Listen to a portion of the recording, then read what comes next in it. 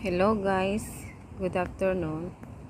Ito po yung pinost ko noon na mga worm na kumpul-kumpul sila, sobrang dami. Pagkatapos ng 2 linggo o magdadalawang linggo na, ayan na po sila, ayan na lang po yung natitira. So ibig sabihin yan ay unti-unti nang gaganda ang panahon sa Hong Kong. Kukunti na rin po yung ulan, wala na rin pong hangin.